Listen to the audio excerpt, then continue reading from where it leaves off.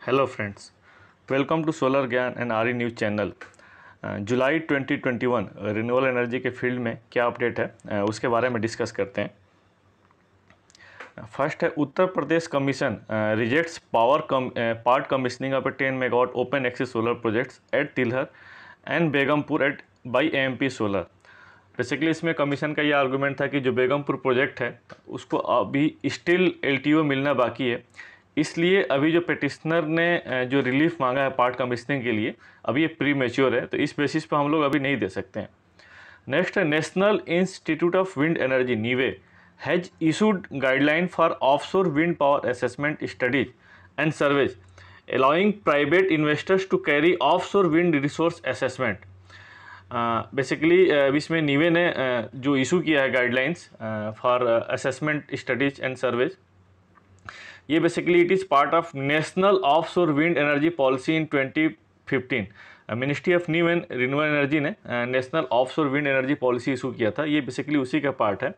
और इस पॉलिसीज़ का जो मेन एम था ये कि ऑफशोर विंड को प्रमोट करना है, तो इसके लिए असेसमेंट चाहिए। तो अभी जो इस्टिमेटेड है जो बेसर जो पोटेंशियल ज़्यादा है, ये पोटेंशियल बेसिकली गुजरात और जो तमिलनाडु है उनके कोस्टल एरिया में ज़्यादा पोटेंशियल है। नेक्स्ट है fourth partner energy acquires 8.9 megawatt distributed solar portfolio from state craft. Basically fourth partner ने एक्वायर कर लिया स्टेट क्राफ्ट के पोर्टफोलियो को 8.9 मेगावाट का। 8.9 मेगावाट जो बेसिकली है ये दो पार्ट में है। 5 मेगावाट का जो प्रोजेक्ट है ये ओपन एक्सिस में है, और जो 4.9 मेगावाट का है बेसिकली ये रूफटॉप प्रोजेक्ट्स है।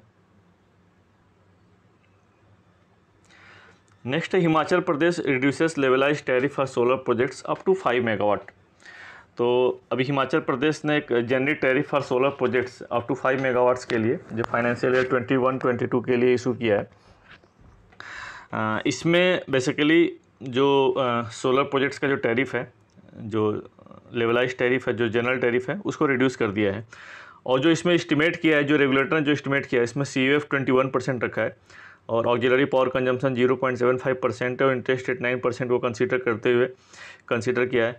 और जो प्रोजेक्ट की कॉस्ट है वो उसने जो एज्यूम किया है कमीशन ने 3.76 करोड़ एज्यूम किया है, जिसमें कि मॉड्यूल का 1.6 करोड़ है और PUC 1.3 करोड़ है, PCU 0.351 करोड़ है, इवैक्यूएशन जो सिस्टम है 0.52 करोड़ है। इसको कंसीडर करते हुए 3.76 करोड़ को कंसीडर किया है। उसके बेसिस पर जो टैरिफ निकाला है वो टैरिफ है जो इसमें दो पार्ट में डिवाइड किया है, 1 मेगावाट और 1 मेगावाट से 5 मेगावाट्स के लिए। तो जो प्रोजेक्ट्स जो इंडस्ट्रियल एंड अर्बन एरियाज में के अलावा सेटअप किए जाएंगे, उनके बाहर सेटअप किए जाएंगे, उसमें जो टैरिफ है 3.38 पर यूनिट है 1 मेगावाट के लिए, और 1 मेगावाट से 5 मेगावाट के लिए 3.34 रुपीज़ पर यूनिट है, जो कि पिछले साल से बहुत ज़्यादा डिफरेंस नहीं है। अगर हम देखते हैं अप्रैल 20 से जो मार्च 21 जो फाइनेंशियल ईयर 2021 में जो कमीशन ने किया था उसमें 3.41 से 3.38 रिड्यूस कर दिया है। और जो 1 से 5 मेगावाट के लिए था 3.37 था पिछले साल, जो कि अब इस बार 3.34 कर दिया है। और जो इंडस्ट्रियल और अर्बन एरियाज में सेटअप किए जाएंगे वो प्रोजेक्ट्स के लिए जो कॉस्ट जो कमीशन ने डिटरमिन किया है, टैरिफ जो डिटरमिन किया है, वो 1 मेगावाट के लिए 3.45 पर यूनिट किया है और 1 मेगावाट से 5 मेगावाट के लिए 3.41 पर यूनिट कंसीडर किया है। Next SECI floats tender for 2000 megawatt hour, basically ये स्टोरेज है of stand alone energy storage system. और अभी ये इसने NIT पब्लिश किया है और RFS जो डिटेल डॉक्यूमेंट है वो अभी 31 अगस्त को अवेलेबल होगा। और ये जो प्रोजेक्ट होगा basically build own and operate basis पे होगा। नेक्स्ट है Panasonic life solutions India has commissioned 7 megawatt solar projects for grow solar energy. ये बेसिकली ये जो प्रोजेक्ट्स है ये महाराष्ट्र के धुले डिस्ट्रिक्ट में लगा हुआ है, जिसमें पैनासोनिक लाइफ सॉल्यूशन जो है EPC कॉन्ट्रैक्टर था। और ये टोटल प्रोजेक्ट है बेसिकली 50 एकर्स में लगा हुआ है। नेक्स्ट है the Karnataka electricity regulatory commission has proposed net metering for rooftop solar installation up to 500 kilowatt from the earlier suggested cap on 10 kilowatt. तो जो रेगुलेटर ने जो किया है इसमें पहले जो प्रपोज किया था इसमें 10 किलोवाट तक ही था नेट मीटरिंग, और 10 किलोवाट से जो ऊपर का सिस्टम था बेसिकली ग्रॉस मीटरिंग में था। अब उसको जो रेगुलेटर ने रिवाइज करके 500 किलोवाट तक या सैंक्शन लोड तक जो भी होगा उसके लिए नेट मीटरिंग के लिए प्रपोज किया है, जिसके लिए जो पब्लिक हियरिंग है 4 अगस्त को थी। नेक्स्ट है the ministry of power has issued detail guidelines for reform based result linked power distribution program over the next 5 years. अभी मिनिस्ट्री ऑफ पावर ने जो रिफॉर्म किया है, इसमें जो मेन पर्पज़ है, इसमें मिनिस्ट्री ऑफ पावर का जो प्लान है उसमें जो एग्रीगेट टेक्निकल एंड कॉमर्शियल जो कि AT&C बोलते हैं उसको रिड्यूस करने का टारगेट है, 12 से 15% तक करने का है। और जो गैप है बेसिकली जो एवरेज कॉस्ट ऑफ सप्लाई और एग्रीगेट रेवेन्यू के जो गैप है उसको भी रिड्यूस करने का इसमें टारगेट है, बेसिकली जो भी टारगेट कर रखा है। और जो टोटल आउटले है, जो बेसिकली जो इस प्रोग्राम का जो टोटल आउटले है वो 3.03 ट्रिलियन रुपीज़ है, जिसमें कि गवर्नमेंट ऑफ इंडिया का जो बजटरी सपोर्ट होगा वो 976.3 बिलियन रुपीज़ होगा। और जो ये प्रोग्राम है, जो पूरी स्कीम है, इसको इम्प्लीमेंट करेंगे PFC एंड REC करेंगे। इसमें स्टेट्स और डिस्कॉम को अगर बेनिफिट लेना है तो ट्राइपार्टाइट एग्रीमेंट करना पड़ेगा discom, states and central government के बीच में। और ये बेसिकली 2 पार्ट में है, ये 2 पार्ट में है। जो पार्ट ए जो है वो कवर करेगा financial support for upgradation of distribution transformer, prepaid smart metering and system metering.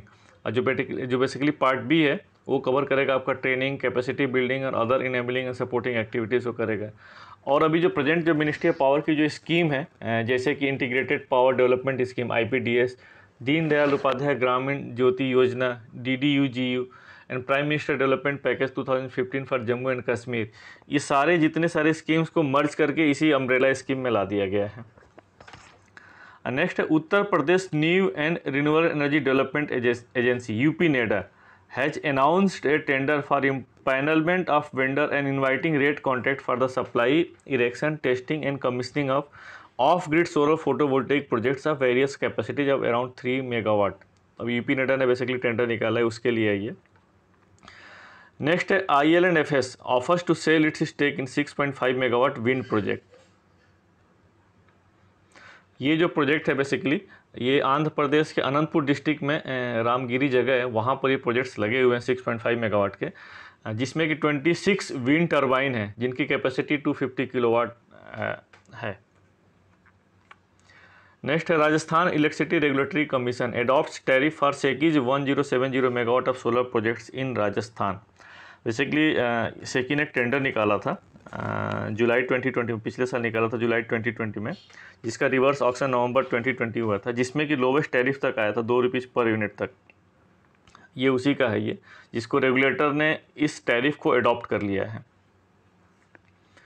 Next है एज पर MNRE's amendment to the competitive bidding process guidelines for grid connected wind solar hybrid projects, the Solar Energy Corporation of India will be treated as a procurer not a nodal agency.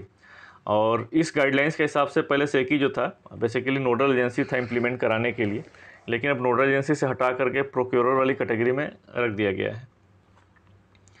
Next है CERC central electricity regulatory commission rejected ReNew power's petition to adjust the bank guarantee upon grant of stage two connectivity against the letter of award issued by SECI for 300 megawatt of wind projects. ये basically क्या, थोड़ा सा इसको background समझना पड़ेगा। इसमें renew power ने एक NTPC ने 1200 मेगावाट का विंड के लिए टेंडर निकाला था, जिसमें 300 मेगावाट रीन्यू पावर को मिला था, और उसके लिए रीन्यू पावर और NTPC के बीच में PPA भी साइन हो गया था।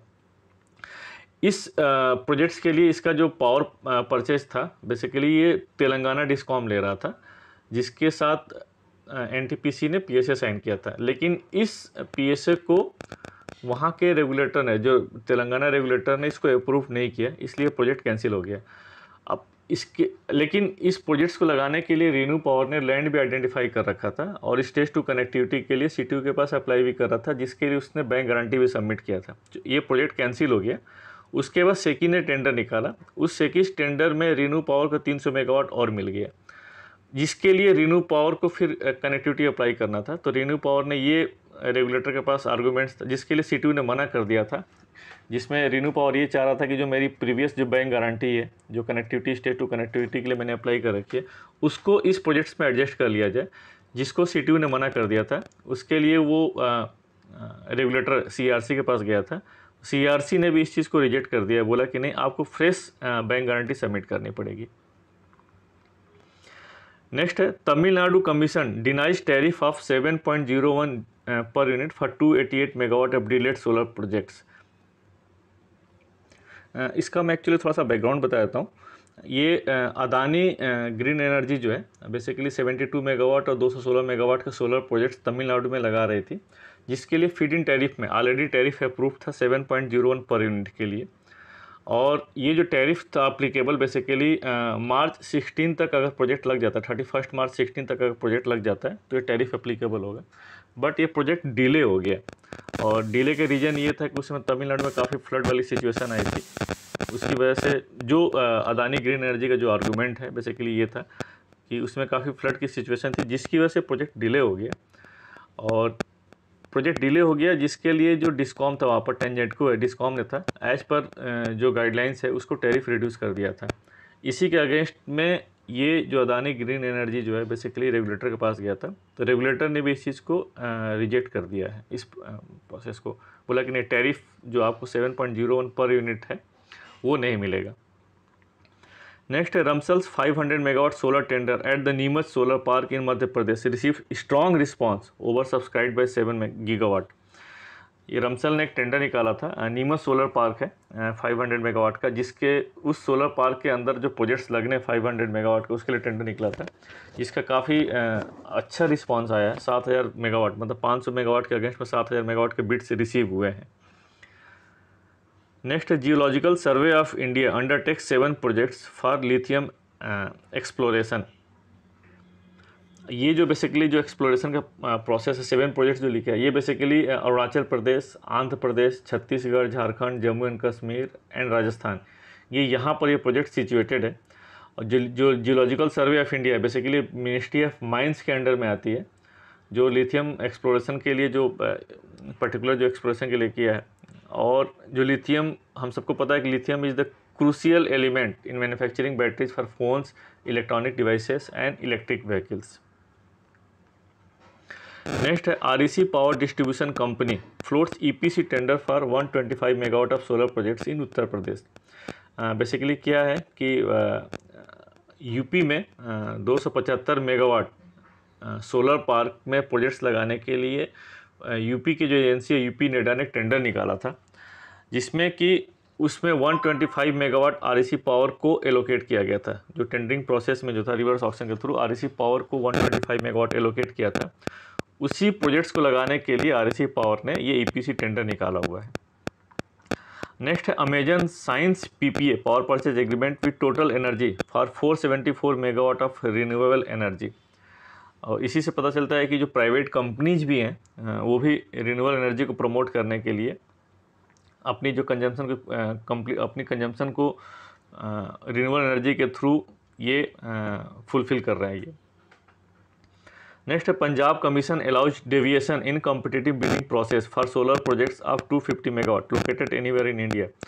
बेसिकली क्या है कि पंजाब पावर कॉर्पोरेशन लिमिटेड ने टेंडर पब्लिश किया था। बेसिकली 2 टेंडर पब्लिश हुआ था 250 मेगावाट का। एक जो 250 मेगावाट का जो प्रोजेक्ट है बेसिकली एक तो पंजाब के अंदर ही होना था, और दूसरा जो प्रोजेक्ट है 250 मेगावाट वो anywhere India ISTS connected projects थे। बेसिकली जो ISTS कनेक्टेड जो प्रोजेक्ट्स था उसके लिए जो स्टैंडर्ड बिडिंग डॉक्यूमेंट्स हैं उसमें कुछ डेविएशन था Punjab state power corporation limited को, जिसके लिए वो रेगुलेटर के पास गया था। तो रेगुलेटर ने जो भी डेविएशन थे उसको एक्सेप्ट कर लिया है। नेक्स्ट है solar module manufacturers in India account of 92% of the global production. और ये बेसिकली जो Fraunhofer institute of solar energy system है उसने एक रिपोर्ट पब्लिश की है। उसके हिसाब से जो अभी जो एज ऑन डेट जो सोलर मॉड्यूल मैन्युफैक्चरिंग कैपेसिटी है उसका टोटल पूरे वर्ल्ड का 92% इंडिया पूरे एशिया में सिचुएटेड है। और अगर हम इसको कंट्री वाइज बाइफर्केट करें तो उसमें जो मेजॉरिटी 80 to 90% चाइना में है, उसके बाद वियतनाम, थाईलैंड, साउथ कोरिया यहाँ पर सिचुएटेड है।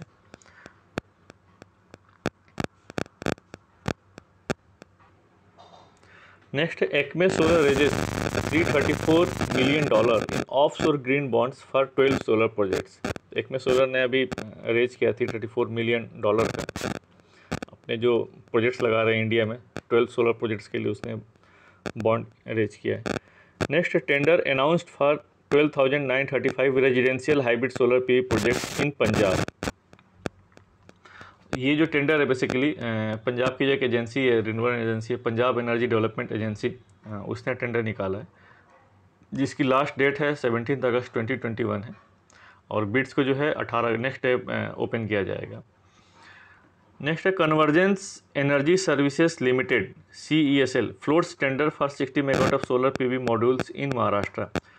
ये जो basically convergence energy services limited है, ये energy efficiency services limited ESL उसकी सब्सिडरी कंपनी है, 100% सब्सिडरी कंपनी है और ये महाराष्ट्र में सोलर प्रोजेक्ट्स लगा रही है अंडर मुख्यमंत्री सौर कृषि वाहिनी योजना, उसके अंतर्गत ये प्रोजेक्ट्स लगा रहे हैं और उस प्रोजेक्ट्स के लिए इन्होंने सोलर मॉड्यूल्स के लिए टेंडर पब्लिश किया है 60 मेगावाट के लिए। Next NITI Aayog and IEA international energy agency launch renewable integration in India 2021।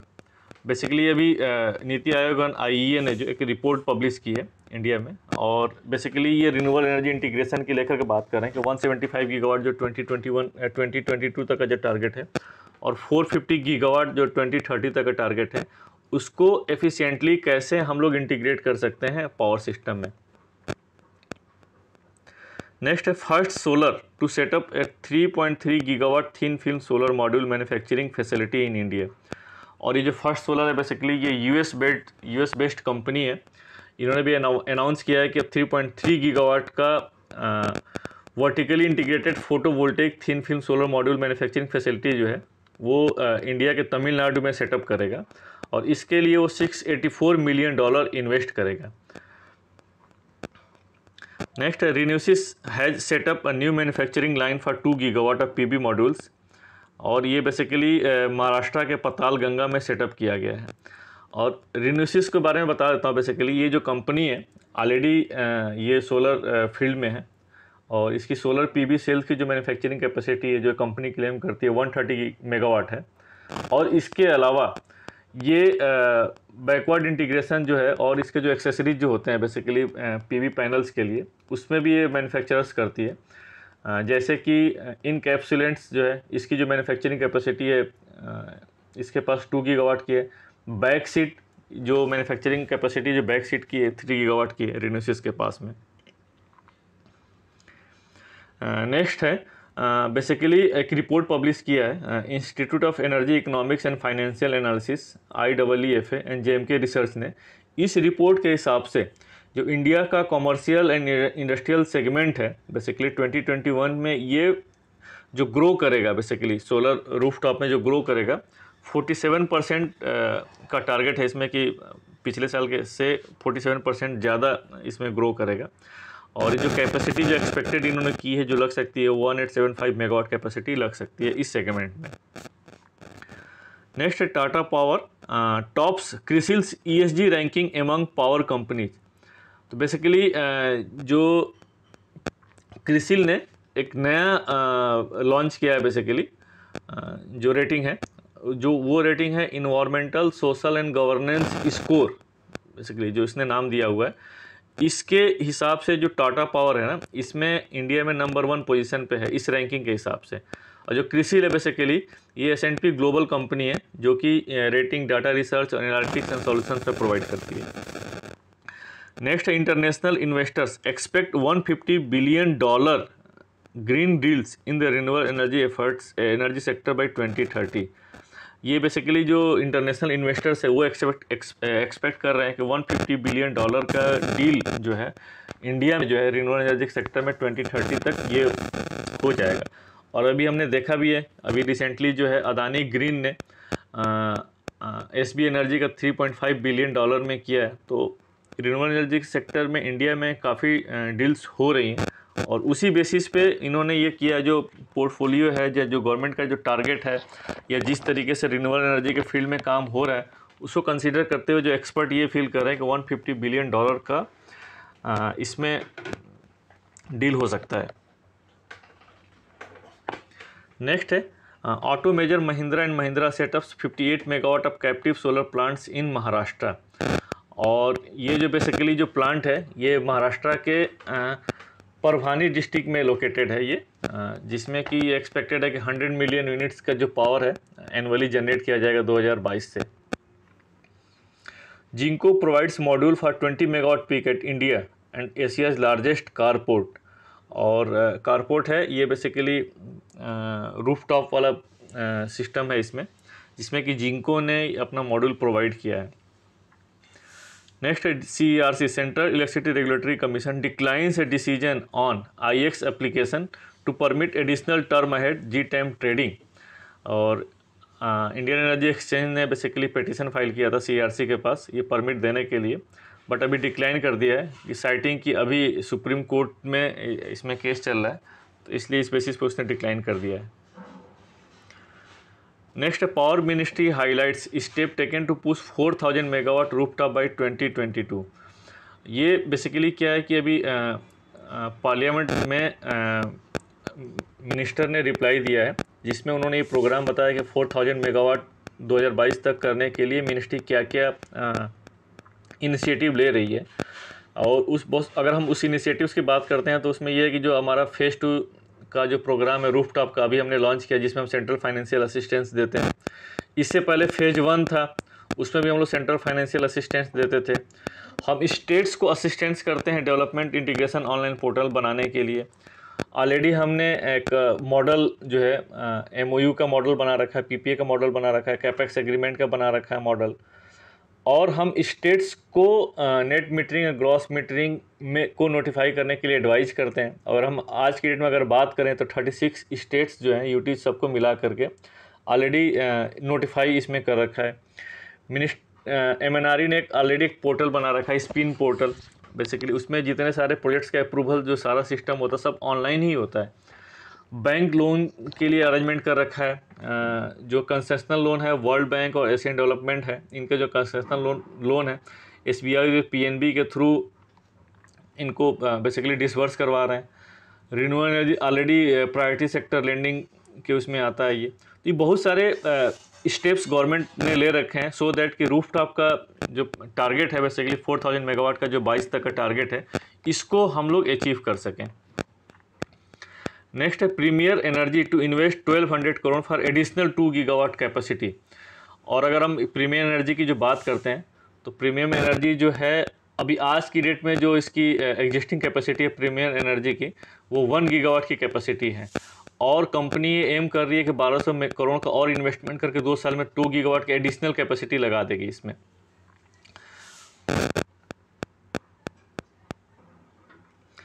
Lohum plans integrated lithium ion of 3000 megawatt hour at greater Noida facility. ये जो कंपनी है बेसिकली ग्रेटर नोएडा में ये लगाना चाह रही है फैसिलिटी, और ये one of the largest company है। लोहम जो अगर हम बात करते हैं one of the largest company in the world है, और इसको ये 2 पार्ट में करना चाह रही है बेसिकली। इसमें जो नए बैटरी मैन्युफैक्चरिंग कैपेसिटी है 1 गीगावाट आवर का, और 2 गीगावाट आवर का रिसाइकलिंग करना चाहती है पर एनम। नेक्स्ट है Hitachi ABB power grids commission UHVDC transmission link in India. ये बेसिकली क्या है कि 800 kV का 6000 मेगावाट ट्रांसमिशन लिंक जो कि रायगढ़ छत्तीसगढ़ से बोकारो तमिलनाडु को कनेक्ट करता है। ये 1800 किलोमीटर की लाइन है। उसमें हिताची ABB ने पावर ग्रिड के लिए एक कमीशन किया है, और ये one of the largest ultra high direct current transmission link for power grid corporation of India है बेसिकली। नेक्स्ट है wind developer in Maharashtra find limited support and APTEL. Wind developer ने बेसिकली अपने इश्यूज़ को लेकर के, कुछ टैरिफ रिवीजन के issues को लेकर के एप्टेल में रेगुलेटर के अगेंस्ट में फ़ाइल किया था, जो कि इसमें है कि एप्टेल ने भी उस चीज़ को फुली एड्रेस नहीं किया है। वारी नेक्स्ट है वारी completes 300 megawatt production for US order. वारी को US से 300 मेगावाट का ऑर्डर मिला था, जिसको वारी ने फुली कंप्लीट कर लिया है। नेक्स्ट है CERC declines to review order on tariff on plea by TP DDL। TPTDL basically क्या है कि दिल्ली की एक डिस्कॉम कंपनी है, Tata power Delhi distribution company limited. उसने एक CRC में फाइल किया था। Basically Tata power Delhi distribution limited CRC में एक फाइल किया था एक जजमेंट को लेकर के, जिसमें कि सेकी का 7 पैसा जो था ट्रेडिंग मार्जिन, वो एक्चुअली टैरिफ में इंक्लूड कर लिया था। तो उसमें ये TPDDL को ये लग रहा था कि कल को अगर मैं फिर रेगुलेटर के पास जाता हूँ टैरिफ अप्रूवल के लिए, कॉस्टिंग के लिए बेसिकली, तो उसमें ये मेरा जो कॉस्ट है ट्रेडिंग मार्जिन वाला ये सही से रिफ्लेक्ट नहीं हो पाएगा, जिसकी वजह से हो सकता है कि मुझे ना मिल पाए। CRC ने बोला कि नहीं, इसको बोला कि नहीं, ये कोई जेन्युइन रीजन नहीं है। नेक्स्ट है global electricity demand growing faster than renewable, IEA report. जो इंटरनेशनल एनर्जी एजेंसी उसने एक रिपोर्ट पब्लिश की है कि जिसमें ये बोला है कि जो इलेक्ट्रिसिटी डिमांड है वो ज़्यादा फास्ट बढ़ रही है विद रिस्पेक्ट टू रिन्यूएबल, जितनी कैपेसिटी हम लोग ऐड कर रहे हैं। ये इसका मतलब ये है कि जो अभी हमारा टारगेट है बेसिकली, हमारा टारगेट ये है कि 1.5 डिग्री सेंटीग्रेड जो टेम्परेचर राइज का जो टारगेट है उसको हम लोग अंदर में रखना चाहते हैं विद इन लिमिट। इससे वो टारगेट हम अचीव नहीं कर पाएंगे। मतलब ये है कि अगर 5% इलेक्ट्रिसिटी डिमांड की बढ़ रही है और उस पेस से हम लोग रिन्यूएबल्स नहीं लगा रहे हैं, इसका मतलब ये है कि जो इलेक्ट्रिसिटी डिमांड है फॉसिल फ्यूल वाले जो प्लांट है वो कंप्लीट करेंगे, और वो कंप्लीट करने से क्या है कि CO2 एमिशंस बढ़ सकता है ये। नेक्स्ट है prioritizing efficient plant in coal power dispatch could save ₹9,000 crore annually. और ये बेसिकली एक रिपोर्ट पब्लिश की है council of energy environment and water CEW ने। उस रिपोर्ट के हिसाब से उसने ये बताया कि जो डिस्कॉम है 9,000 करोड़ तक बचा सकते हैं पर ईयर, अगर वो प्रायोरिटाइज करें जो कोल बेस्ड पावर प्लांट है उनको एफिशिएंसी के पैटर्न पर, ना कि वेरिएबल कॉस्ट के पैटर्न पर अगर डिस्पैच करें। अगर एफिशिएंसी के पैटर्न पर अगर वो प्रायोरिटाइज करते हैं तो उसमें एनुअल सेविंग जो है 9,000 करोड़ की हो सकती है। नेक्स्ट है ABC renewable science 380 megawatt solar wind PPA with SECI. Hope दोस्तों मेरा ये वीडियो आपको अच्छा लगा हो। जुलाई का अपडेट है। इस जुलाई वाली सीरीज में एक और वीडियो है जो कि कमीशनिंग, टेंडरिंग और जनरेशन जो रिन्यूएबल एनर्जी के फील्ड में क्या है उस पे है। उसके बाद ये जुलाई का अपडेट कवर हो जाएगा कंप्लीट। तो होप आपको नेक्स्ट वीडियो मिलते हैं कमीशनिंग, टेंडरिंग और जो भी रिन्यूएबल एनर्जी के फील्ड में जो कमीशन हुआ है, जो टेंडर्ड हुए हैं प्रोजेक्ट्स, उसके बारे में अपडेट करने के लिए। तब तक के लिए थैंक यू। जय हिंद।